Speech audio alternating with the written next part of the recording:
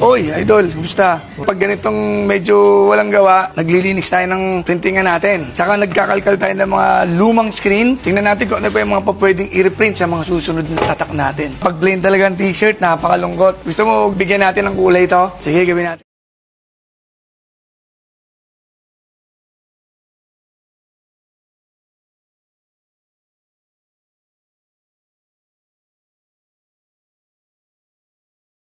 So walang mga sinulid, walang mga dumi, dapat makinis na makinis. Kasi pag may mga dumi-dumi, paghagod mo ng discharge, lalo na sa mga spot, magbabatik-batik yun.